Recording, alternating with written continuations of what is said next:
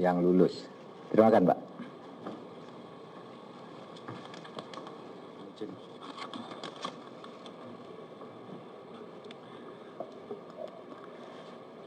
Panitia seleksi pengisian jabatan Direktur Utama Badan Aksesibilitas Telekomunikasi dan Informasi atau disebut dengan Bakti ini telah melaksanakan kegiatan seleksi secara terbuka sejak tanggal 11 April tahun 2023. Seleksi terbuka ini dimulai dari kegiatan pengumuman, terus kemudian penerimaan berkas para peserta secara online, kemudian juga dilanjutkan seleksi administrasi untuk persyaratan peserta, dilanjutkan juga penulisan makalah dan tes assessment untuk profil perilaku dan kompetensi yang dimiliki masing-masing peserta.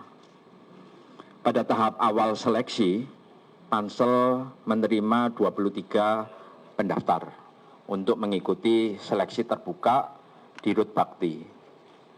Dari hasil seleksi administrasi diterima 15 peserta yang mengirimkan persyaratan berkasnya secara lengkap. Pada tahapan seleksi penulisan makalah, ada 12 peserta yang dinyatakan lolos dan mengikuti tahap asesmen. Nama-nama peserta telah diumumkan secara terbuka di website Kementerian Komunikasi dan Informatika. Hari ini tanggal 26 Mei 2023 sesuai dengan jadwal kegiatan seleksi diumumkan hasil tahapan asesmen terhadap profil perilaku, kompetensi manajerial, kompetensi sosial kultural, dan kompetensi tambahan sesuai dengan kebutuhan profil dari Dirut Bakti. Berdasarkan hasil penilaian tahap asesmen pada pengisian jabatan Direktur Utama Bakti, maka panitia seleksi memutuskan bahwa 12 peserta yang mengikuti tahapan seleksi asesmen ini tidak ada yang memenuhi kompetensi yang telah ditentukan. Dengan demikian, seluruh peserta yang mengikuti seleksi tahapan asesmen ini dinyatakan tidak lulus. Sehubungan dengan hal tersebut, panitia seleksi akan melaksanakan seleksi terbuka yang akan diulang lagi, yang waktunya akan ditentukan kemudian. Kami membuka seluas-luasnya partisipasi masyarakat untuk bisa mengikuti seleksi jabatan Direktur Utama Bakti ini. Demikian yang bisa kami sampaikan. Keputusan panitia seleksi bersifat mutlak dan tidak dapat diganggu gugat. Demikian, terima kasih.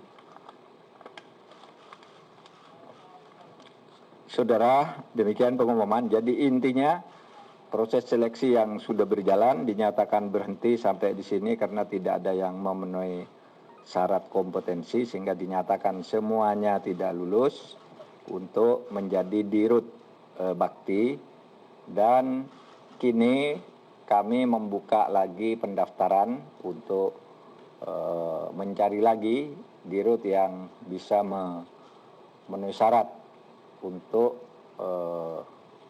institusi yang sebesar Bakti ini.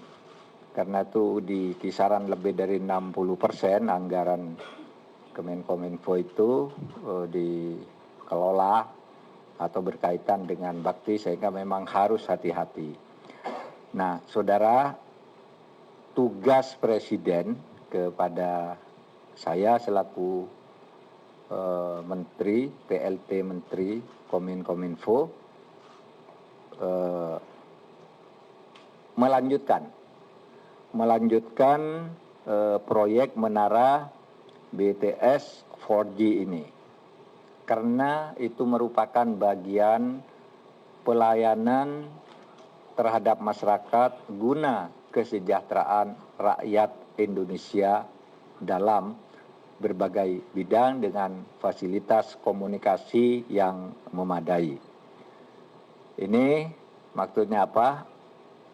Pemerintah melalui Kominfo harus tetap membuka dan menyebarluaskan akses telekomunikasi dan informasi kepada ribuan desa yang telah dirintis sejak tahun 2026. Saudara, saya mengundang para profesional, para ahli yang telah memenuhi syarat nanti yang akan diumumkan oleh Kesekjenan Kemenkominfo untuk turut mendaftar menjadi direktur utama di PT Bakti ini, ya. Nggak usah takut karena tidak akan dikait-kaitkan dan dilibatkan secara hukum tentu saja dengan kasus yang sekarang sedang berlangsung.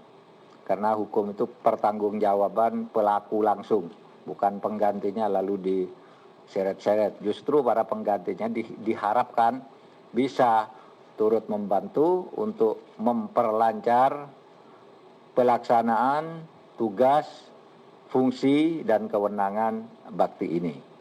Sekian dari pemerintah. Terima kasih. Assalamualaikum warahmatullahi wabarakatuh. Ya.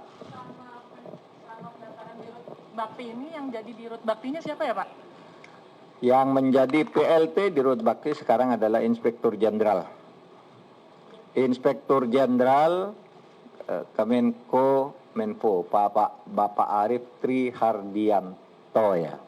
Arif Trihardiono sebagai Direktur PLT Direktur Utama. Sana. Ya, kamu, saudara. Iya, Pak, dengan tidak adanya lolos di Dirut Bakti ini, bagaimana proyek Bakti selanjutnya? Apakah kan bulan depan ada peluncuran satelit yang paling dekat, Pak? Nasibnya bagaimana? Dan nanti bakal dinakodai sama siapa, Pak? Apakah sama Bapak atau bagaimana, Pak? Terima kasih. Ya, itu tadi PLT, kan ada PLT-nya. PLT-nya namanya Arif Trihardiono ya. Arif Trihardiono, Inspektur Jenderal Kementerian Kominfo yang baru.